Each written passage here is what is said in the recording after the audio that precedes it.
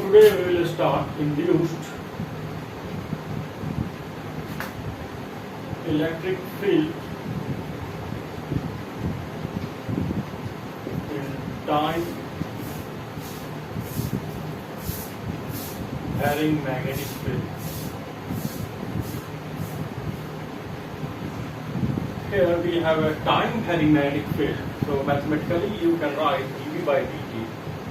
So it is inducing the electric field, and mathematically they are connected at E dot dl.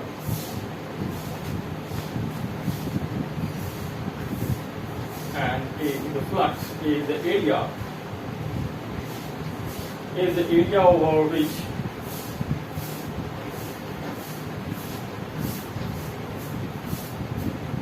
magnetic field is changing. Magnetic field is changing.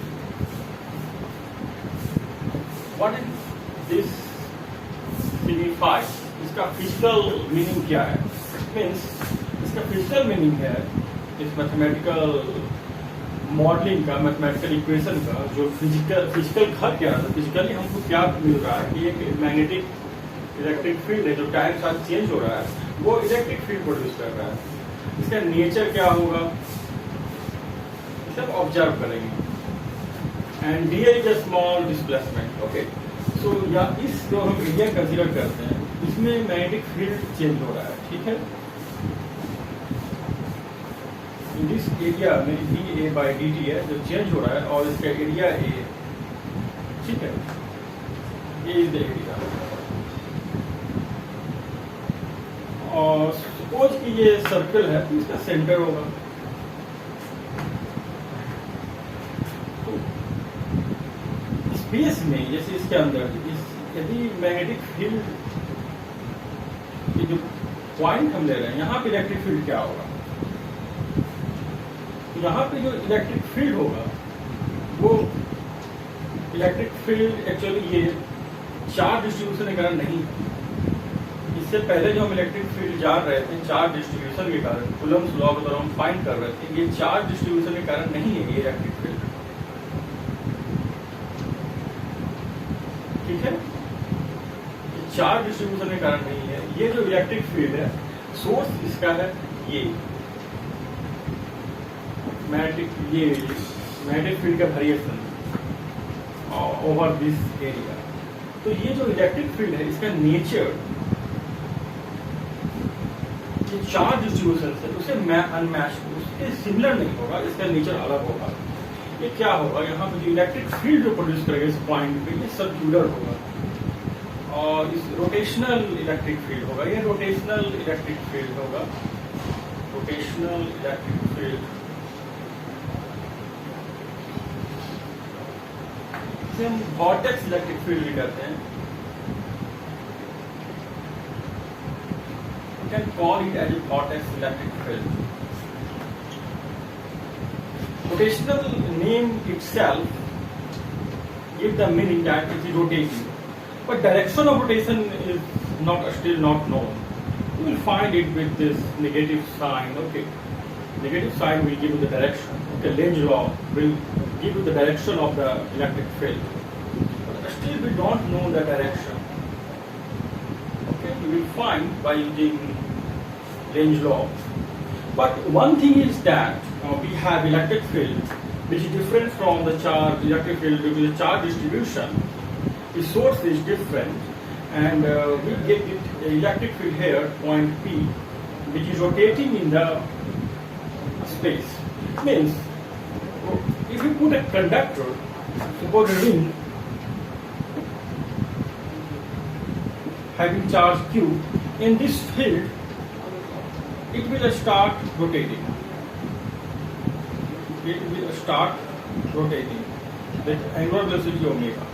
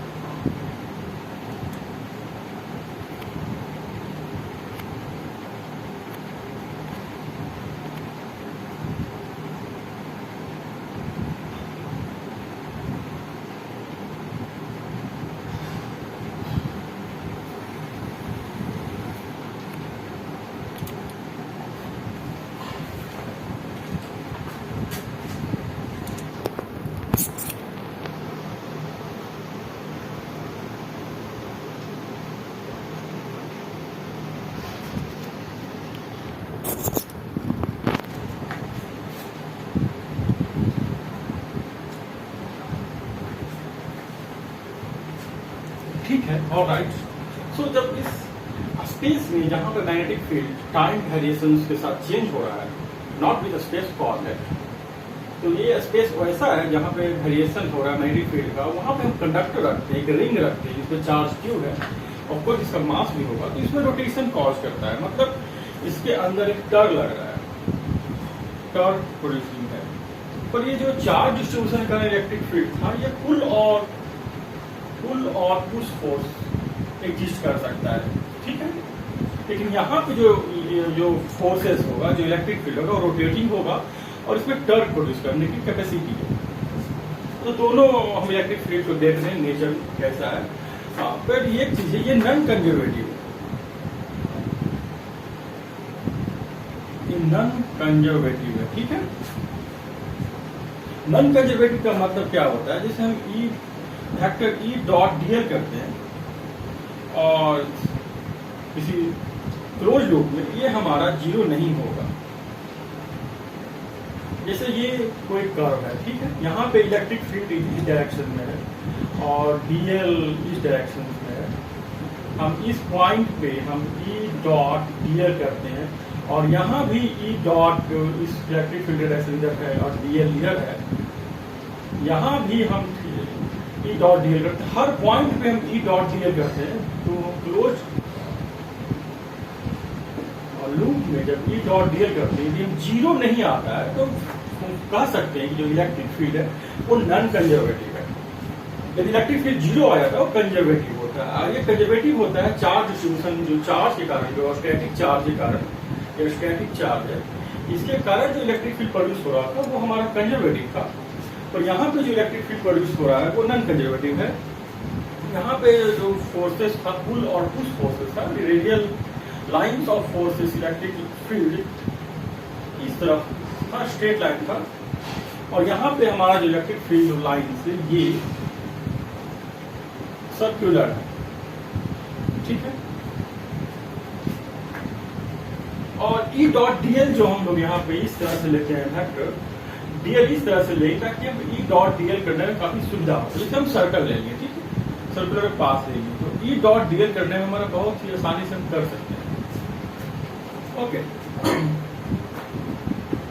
तो हम ये distance are लेते हैं, इस point पे electric field क्या होगा, just satisfy this mathematical equation. इस मैथमेटिकल जो इक्वेशन है ऊपर, उसको हम फॉलो करते हैं, हमारा इलेक्ट्रिक फील्ड निकल जाएगा। तो इस पॉइंट पे इलेक्ट्रिक फील्ड क्या है, इस पॉइंट पे ई और डीएल करते हैं क्लोज लूप में, तो क्या होगा, ये रेडियस आर है, ई इंटू 2 पाई आर हो जाएगा। तो E dot DL equal to E into 2 pi R, और ई वेक्टर ई इस पॉइंट पे लेते हैं, वेक्टर ई भी इधर है, डीएल भी इधर है, इसी पॉइंट पे लेते हैं। सर्कल है ना, सर्कल में वेक्टर ई टेंजेंट की ओर है और हम स्मॉल डीएल भी टेंजेंट की ओर ले रहे हैं, तो दोनों के बीच जो एंगल है वो 0 डिग्री है। तो ई डॉट डीएल हमारा आ गया E into DL and cos 0 degree, ठीक है। इसीलिए हम इसे यहाँ पे ई डॉट 2 पाया लिख सकते हैं। देन वी हैव एरिया,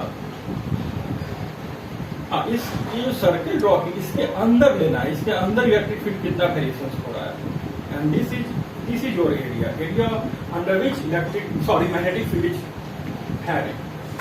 ये एरिया कौन सा है, under which magnetic field is having. Now pi are square dV by dt. Now you are able to find the electric field at this point, R by 2 dV by dt. So this is the electric field. और यहाँ पे जो हम लोग देखते हैं, जो इसके कारण जो इलेक्ट्रिक फील्ड प्रोड्यूस हुआ है वो नॉन कंजर्वेटिव है। तो ये जो टर्म है हमारा ई डॉट डीएल, जो हम लोग फाइंड करेंगे उसे क्या बोलते हैं, ई एम एफ। और कंजर्वेटिव फील्ड में जब हम ई डॉट डीएल करते हैं तो हम लोग क्या मिलता है, 1 से 2 पे करते हैं तो हम लोग मिलता है potential difference, potential difference, okay. तो ई हमारा निकल चुका है R by 2 dV by dt. Okay, this is will be given. Now E is proportional to R. जैसे जैसे हम आर रेडियस बढ़ेगा, इस ये जो हम लोग स्पेस लिए हैं, तो हमारा इलेक्ट्रिक फील्ड भी बढ़ेगा। लेकिन ये हमारा जो कंसिडरेशन है वो सपोज कि ये बड़ा रेडियस आर है, ये हमारा R is less than R है, ठीक है। मतलब जो जिस एरिया में मैग्नेटिक फील्ड चेंज हो रहा है उसका रेडियस आर है, हमारा जो पॉइंट ऑफ कंसिडरेशन है, जब हम लोग फाइंड कर रहे हैं कि वो उस रेडियस से कम है, मतलब यहाँ है, इसके बाहर नहीं है, ठीक है। जब इसके बाहर होगा तो इलेक्ट्रिक फील्ड क्या होगा, फिर से इस मैथमेटिकल इक्वेशन पे यूज करेंगे और हम लोग फाइंड कर सकते हैं। बस यही रिलेशन है जिससे हम लोग फाइंड करेंगे। This is very easy equation. If you know how to negotiate this all equation, you want to know how to use this in easy way, then you can find your answer.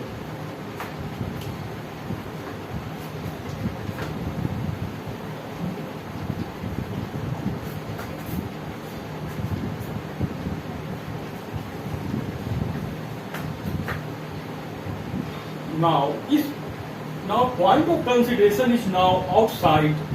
Now point of consideration, the point of interest is outside the R.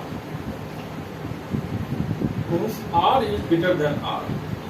Now we have this point. Now we draw a circle and perform the electric field here with this along this circle. Okay, you just perform this integration vector, integration of two vector. The A is now pi r square, over which magnetic field is changing, dB by dt. ये जो area है वो area दिखाता है इस जहां पे हम सर्कल का पॉइंट कंसीडर किए, उसके सर्कल के अंदर कितना एरिया में डी बाई डी टी है, कितना एरिया मैग्नेटिक फील्ड चेंज हो रहा है। तो मैग्नेटिक फील्ड चेंज हो रहा है इसी एरिया में, मैग्नेटिक फील्ड चेंज हो रहा है, यहाँ पे नहीं हो रहा है। तो हम इस एरिया को लेंगे, pi are square d by D t. Okay, so now e into 2 pi r equal to pi are square d we by D t. Now electric field is equal to R square 2R dV by dt.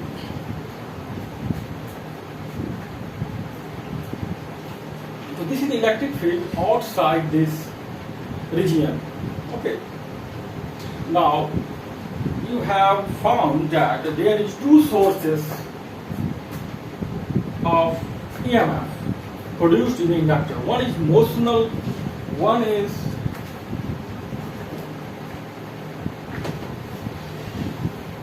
एक था motional EMF, जब हम conductor का motion देते थे किसी magnetic field में, वहां मैग्नेटिक फील्ड वैरी नहीं कर रहा था, जस्ट एक मैग्नेटिक फील्ड था, स्टैटिक मैग्नेटिक फील्ड था, उसमें हम कंडक्टर को मूव कर रहे थे और इसे हम फाइंड आउट कर चुके, रोटेट कर रहे थे, तो कितना मैग्नेटिक फील्ड, सॉरी हमको कंडक्टर के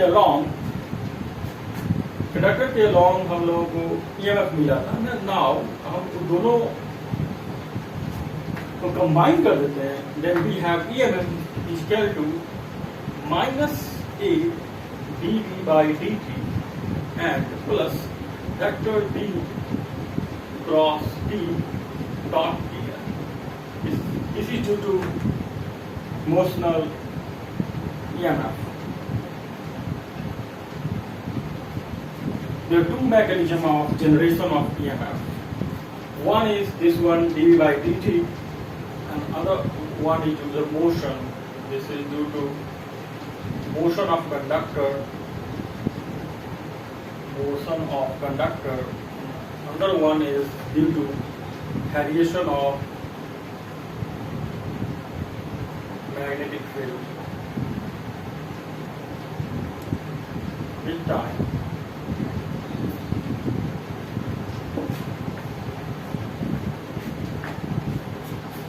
Okay. If you want to plot the graph of E versus R, and this is the radius over which magnetic field is changing, to find that inside is proportional one and outside is inversely proportional to R. This is your graph.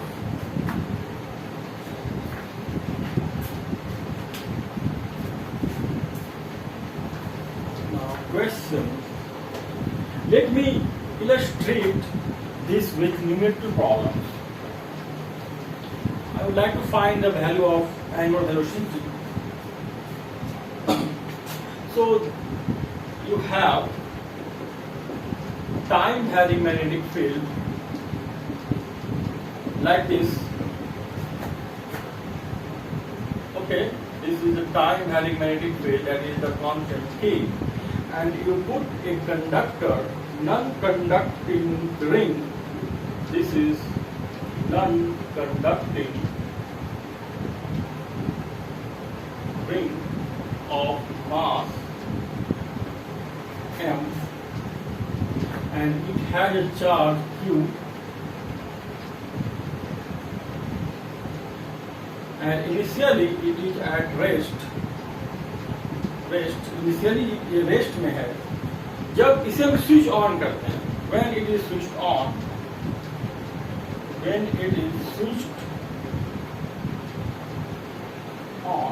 find omega of ring as function of k. K के function में find करना है. What is the angular velocity omega?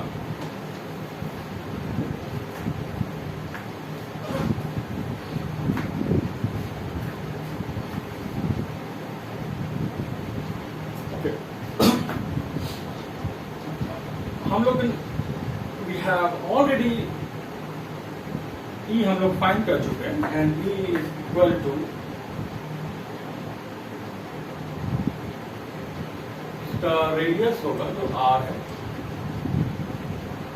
Equal to R by 2 DV by D. तो यहाँ पे जो electric field है वो कैसा होगा? टेंजेंट की ओर होगा इधर e, and this is the value of e. और ये सेगमेंट हम लोग कंसीडर करते हैं जहां पर स्मॉल चार्ज डी क्यू है. इसमें कितना फोर्स लग रहा है? What is the D F? D F is equal to E into D Q, that is equal to R by 2 DV by D T into D Q. और इस point पे torque कितना होगा ना? Torque D top is D F R cross D F,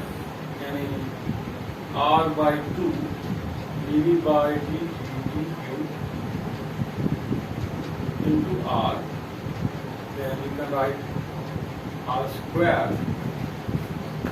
This is your d top. Now to perform the integration,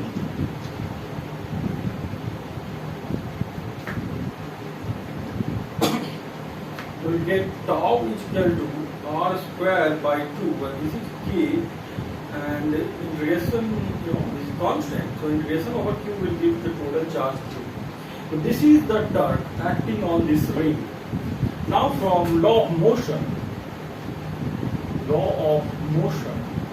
you can find omega, that is torque is equal to I into alpha, and torque we have R square by 2 KQ. I is mass mr square into alpha. If this is going to cancel, alpha is equal to kq by 2m. Now from kinematics equation of kinematics, we have omega is equal to alpha into e. Now kq by 2m into e. This is your angular velocity.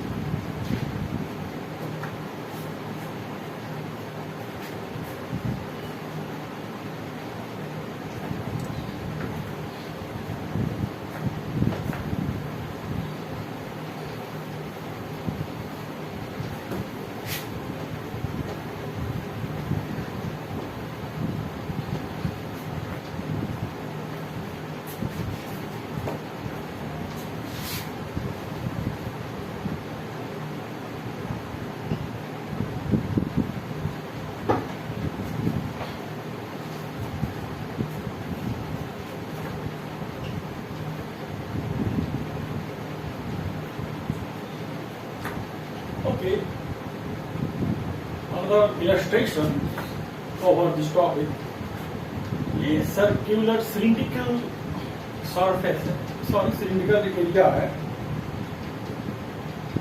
यहाँ पर magnetic field change हो रहा है, ठीक है। ये cylindrical region में magnetic field को चेंज हो रहा है, ठीक है। ये क्या है? सिलिंड्रिकल रीजियन है, सिलिंड्रिकल रीजियन है, और इसका रेडियस r है, और इसका रेडियस r है, और इसके अंदर मैग्नेटिक फील्ड चेंजिंग आ रहा है, that is dB by dt equal to alpha. और इस तरह से हमारा एक कंडक्टर रखा हुआ है, ठीक है।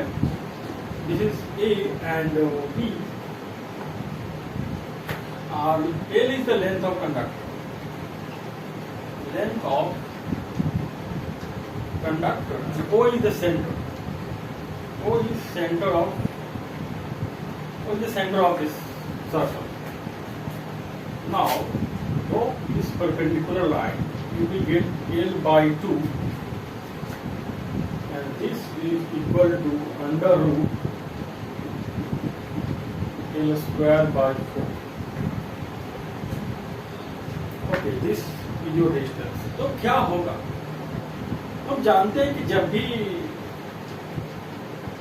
टाइम हैविंग मैग्नेटिक फील्ड है जैसे स्पेस में, तो यहाँ पे क्या होगा कि एक सेंटर मानकर हम लोग सर्कल ड्रॉ करेंगे। वो सर्कल है इलेक्ट्रिक फील्ड ऑफ लाइंस का। ये सर्कल क्या है? जो इलेक्ट्रिक फील्ड ऑफ लाइंस का है, ठीक है। तो जो हम ये पॉइंट ले रहे हैं R, ये सपोज कि ये थीटा है, यहाँ पे इलेक्ट्रिक फील्ड इस डायरेक्शन में होगा, तो कंडक्टर इधर है, तो हम लोग EMF निकालना है, EMF across, now EMF across ये हमें फाइंड करना है। तो EMF निकालने के लिए हमें क्या करना पड़ेगा? E डॉट dl करना पड़ेगा, ठीक है। तो E डॉट dl, ये थीटा है, ये 90 माइनस थीटा होगा, 90 ये थीटा हो जाएगा हमारा, देन E, और इसे हम dl ले लेते हैं, स्मॉल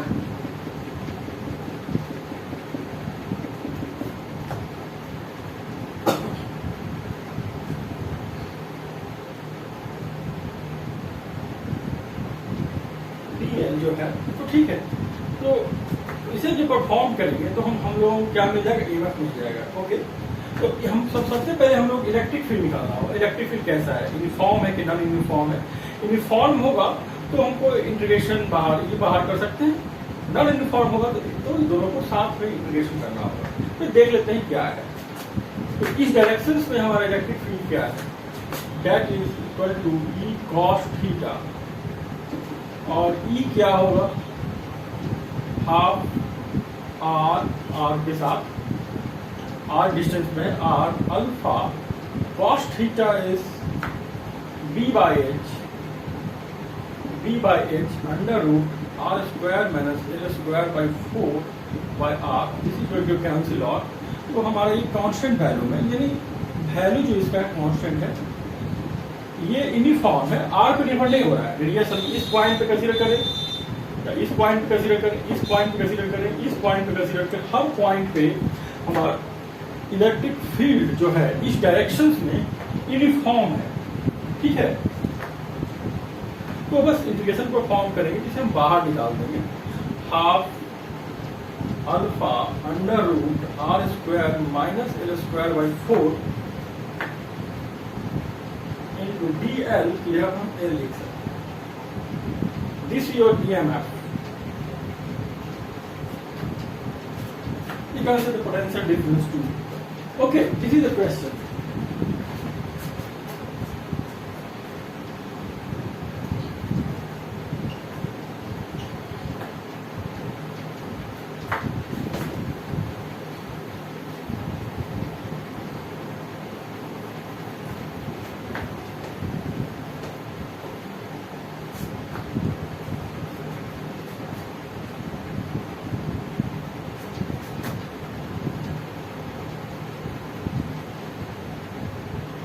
ओके, नाउ इस जो कंडक्टर था, इस तरह से हम लोग इसका पोजीशन को चेंज कर देते हैं, ठीक है।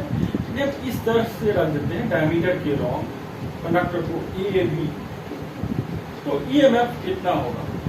EMF is what? This is your question.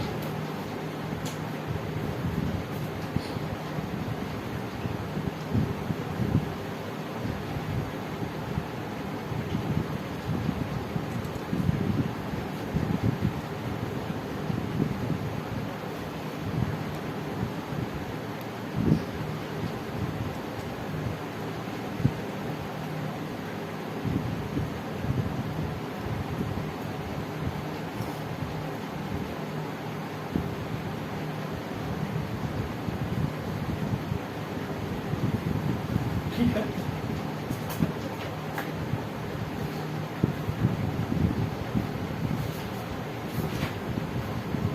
जब से हम परपेंडिकुलर रखते हैं तो ईएमएफ क्या होगा?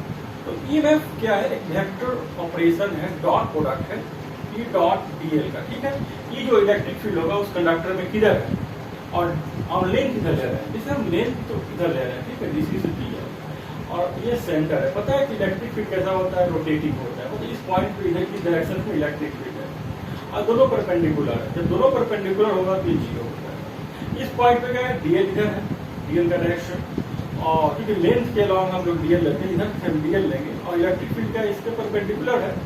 तो इस पोजीशन में जब हम लोग रख देंगे कंडक्टर को तो कोई भी ईएमएफ प्रोड्यूस नहीं होगा। ओके, ठीक है।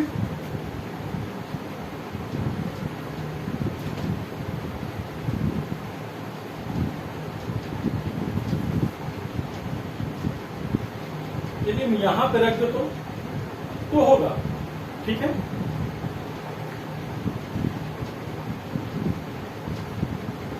ये लेंथ बराबर है और ये सेंटर पे है, तो ठीक है, ये 90 डिग्री लेवल होगा क्योंकि डायमीटर के बराबर था तो 90 डिग्री है। तो ईएमएफ हमारा क्या है? ईएमएफ ये भी तो है, इतना equal to minus A D by D T. तो ये एरिया जहां पे हम लोग मैग्नेटिक फील्ड चेंज हो रहा है, ये क्या है?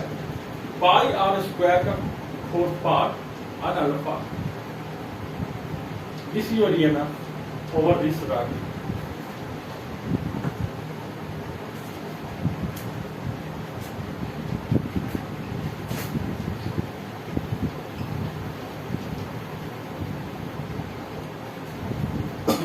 ठीक है, ये सिलिंड्रिकल रीजन हम थिंग से कंसीडर करते हैं and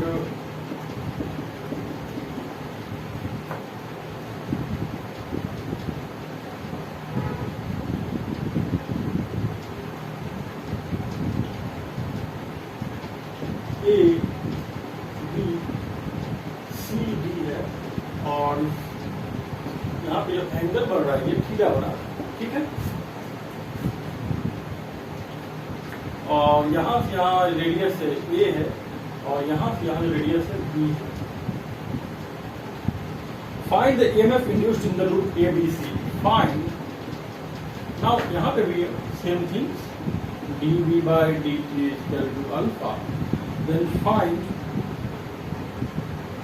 in this case you say beta, okay, and board with alpha. So now find the flux. Now find the flux through the loop ABCD. देखो ABCD के थ्रू कोई flux pass नहीं हो रहा है क्योंकि इससे बाहर है, इसी एरिया में फ्लक्स पास हो रहा है। तो ईएमएफ का तो कोई चांस नहीं है, तो ईएमएफ कितना होगा? 0 हो जाएगा। Now EMF produced in the arc AB. Now EMF produced in the arc AB and BC. Okay. BC में और AB में कितना EMF प्रोड्यूस होगा? अभी जो कंसेप्ट हम लोग पढ़े, देखो इस पॉइंट पे इलेक्ट्रिक फील्ड कैसा होगा? इस तरह से सर्कुलर होगा।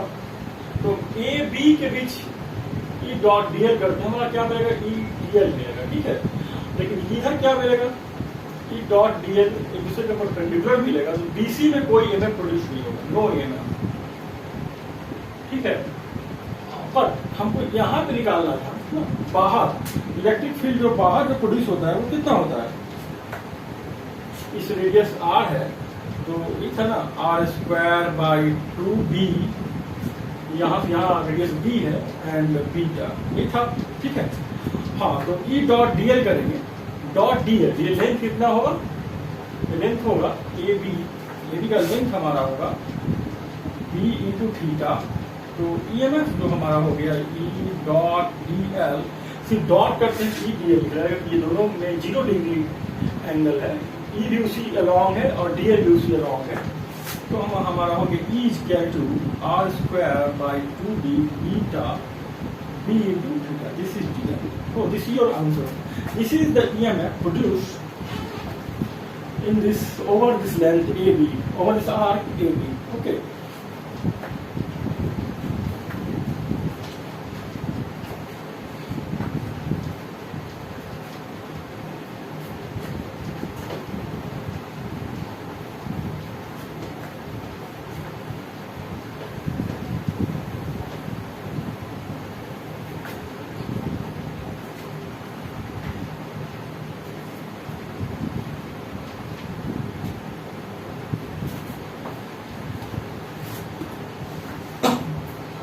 Now, one question is this from Europe.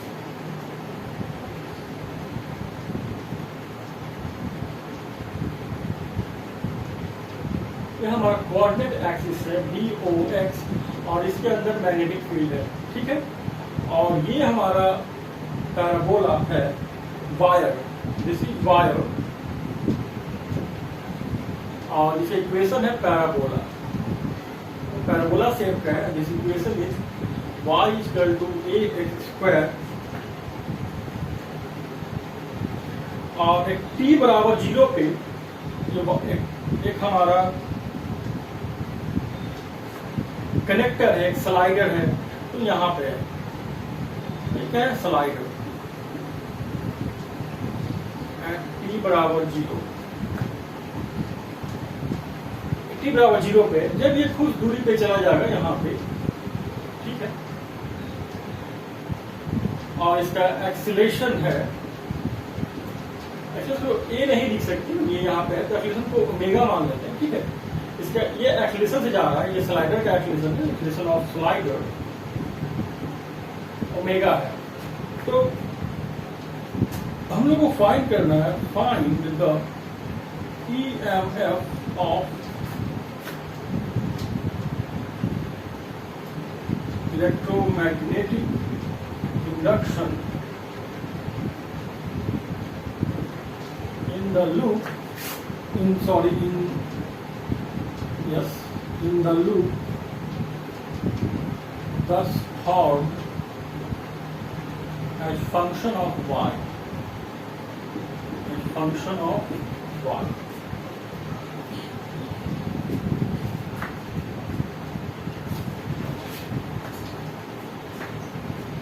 Okay, so to find this is case of motional EMF.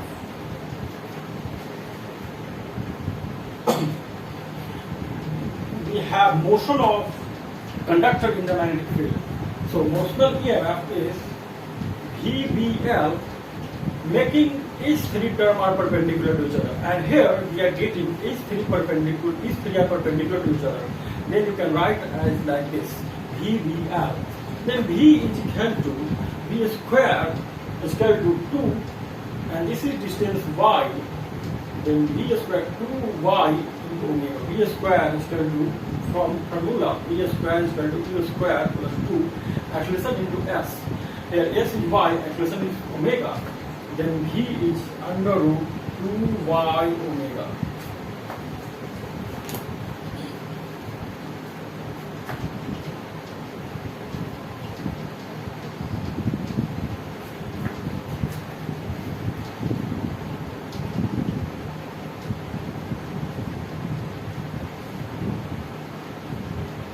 This is for velocity.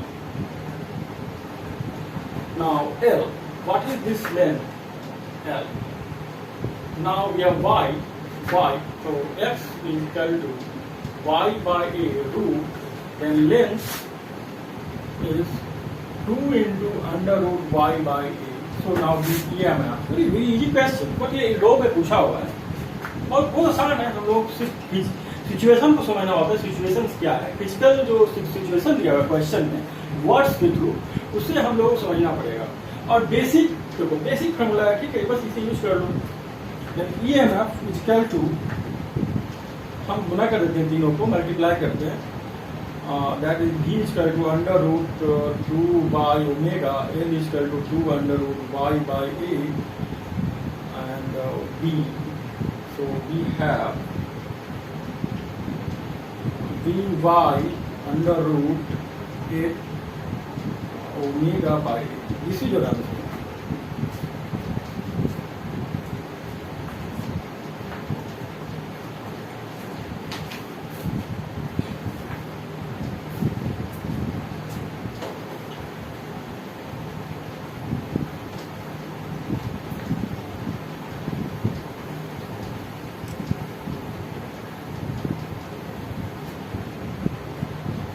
Okay, so now do another problem.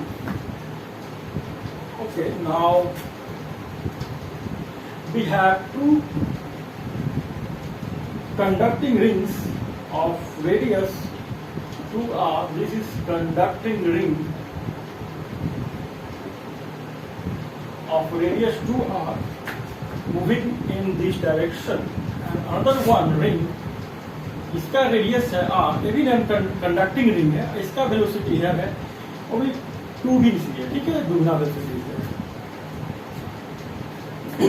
और ये conducting surface से move कर रहा है अपना, ये क्या है, कंडक्टिंग सरफेस है, this is conducting surface. This means आप इसे वायर की तरह समझ सकते हैं, वायर है, ठीक है। जब हम इलेक्ट्रिकल एनालॉजी लेंगे, इसे इलेक्ट्रिकल सर्किट बनाएंगे, जिससे हम समझ जाएंगे वायर है, क्योंकि कंडक्टिंग सरफेस है, तो समझ सकते हैं कि ये वायर है, ठीक है। हाँ ठीक है, ये सर्कल जब मोशन में होगा तो हमारा EMF कितना प्रोड्यूस करेगा, दैट इज VBL, और यहाँ पे L2R हो जाएगा, VB2R। Okay,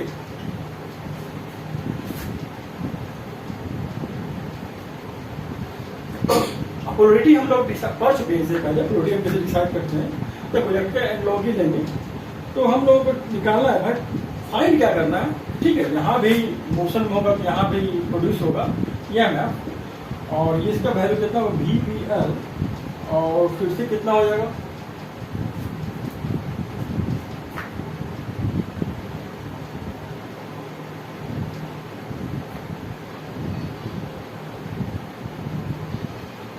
radius 2r, sorry ये L तो 4r हो जाएगा, ठीक है। यहाँ भी इस तरह से 2r, यहाँ पे हो जाएगा 4VR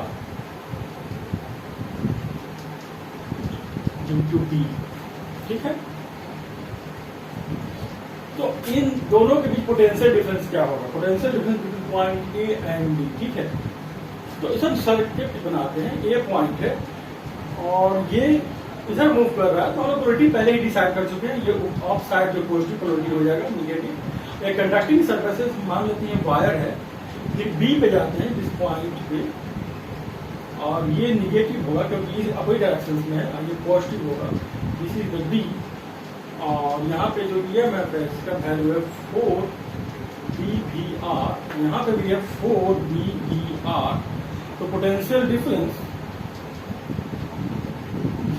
यहाँ से हम चलते हैं, VA माइनस, यहाँ पे कितना ड्रॉप होगा, प्लस से माइनस की ओर, माइनस 4VBR, सॉरी ये सेम करते हैं गलती से, ये पॉजिटिव होगा, यहाँ से यहाँ पे कितना ड्रॉप होगा, माइनस 4VBR, और हम लोग D पे पहुंच गए तो VB। So now VA minus VB is equal to 8VBR. ये दोनों का डिफरेंसेस होगा, potential difference between point A and B। Okay, so this is your answer.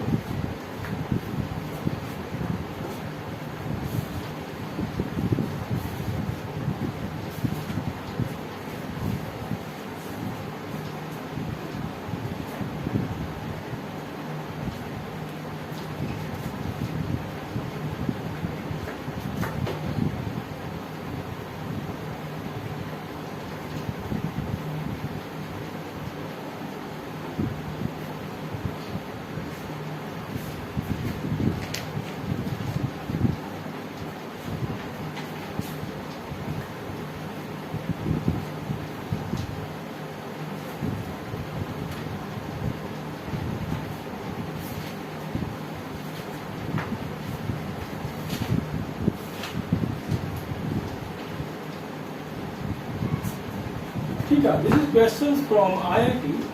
This is questions from IIT question bank, that we have two parallel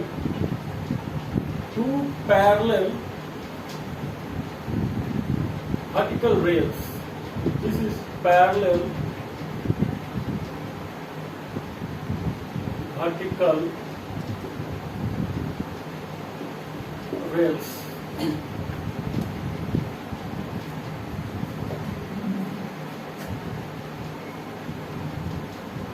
Materials, you can name it A, B and C, D, and they are connected by two resistance. यहाँ दो resistance से connect है. This is R1 and this is R2.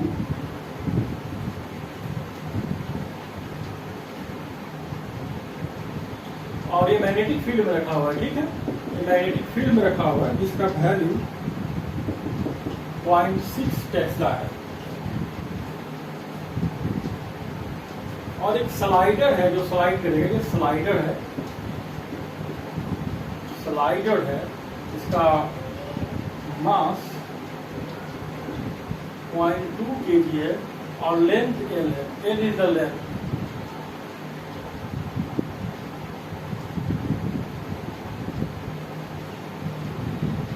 ठीक है. Now when terminal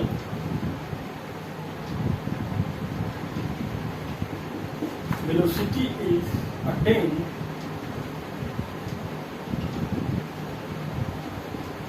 the powers dissipated in R1 and R2 are 0.8 watt and 1.2 watt respectively.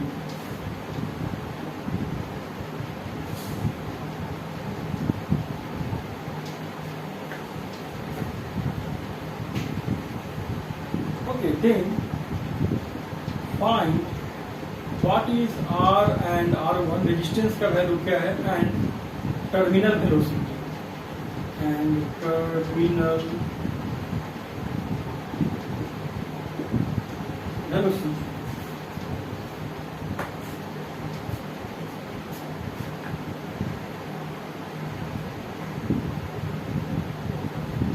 Okay, this is your question. Okay, let us solve this.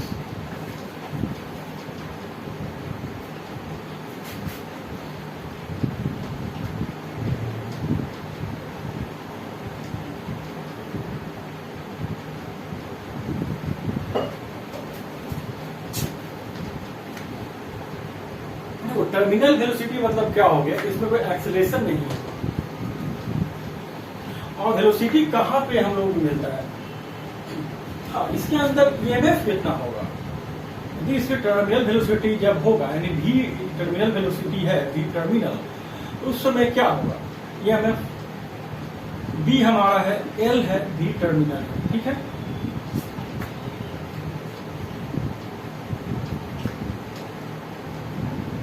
इतना EMF है तो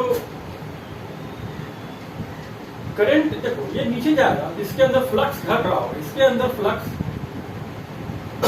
बढ़ रहा होगा. तो इस तरह से करंट जाएगा ताकि फ्लक्स बाहर की ओर हो जाए, ताकि इसके अंदर फ्लक्स घट जाए. फ्लक्स घटे, अंदर फ्लक्स है तो अपोजिट डायरेक्शन इधर है, तो करंट इसको अपोज करने के लिए इस डायरेक्शन में जाएगा ताकि मैग्नेटिक फील्ड इस डायरेक्शन में प्रोड्यूस हो. तो करंट यहां से इस डायरेक्शन से निकलेगा. ठीक है.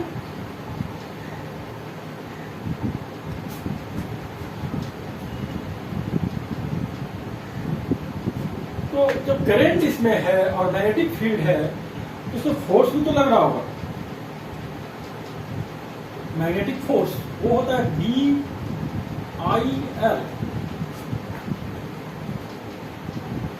और ये बराबर mg के बराबर है. ठीक है.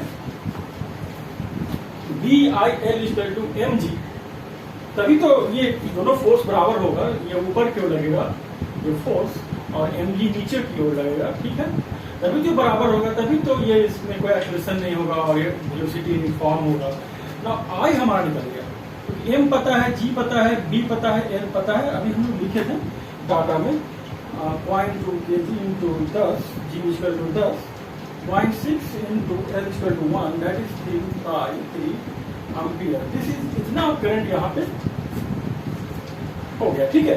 तो ये दोनों क्या है, ये यहाँ पे और यहाँ पे EMF भी तो सेम हो, लेकिन पैरेलल है।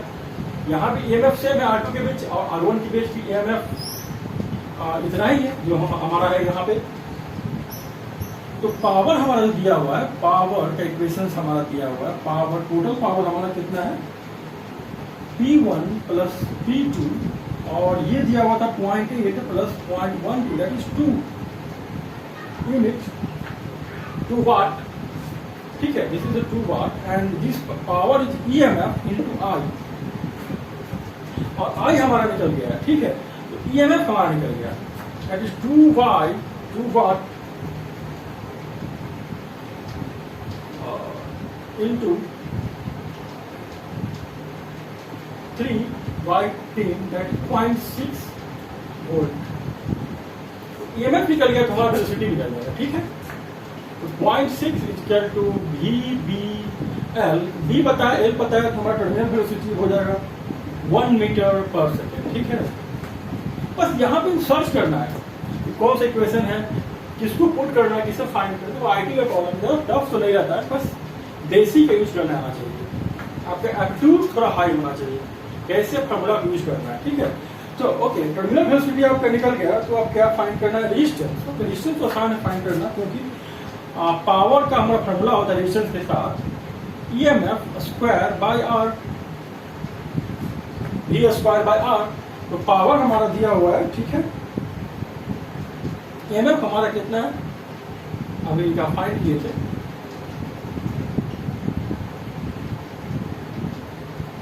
Okay 6.6 volt. तो पावर हमारा दिया हुआ है, तो रेजिस्टेंस R1 कितना हो जाएगा 0.6 वोल्ट, रेजिस्टेंस से हमारा पावर P1 कितना इधर लाएंगे तो पावर इक्वल टू 0.8, इतना हमारा रेजिस्टेंस हो जाएगा। R2 क्या हो जाएगा 0.6 का होल स्क्वायर, ये पावर P2 है 1.6, ये हमारा हो गया इतना ohm. This is your answer, okay. ये कल नेक्स्ट प्रॉब्लम्स फिर से करेंगे। Thank you.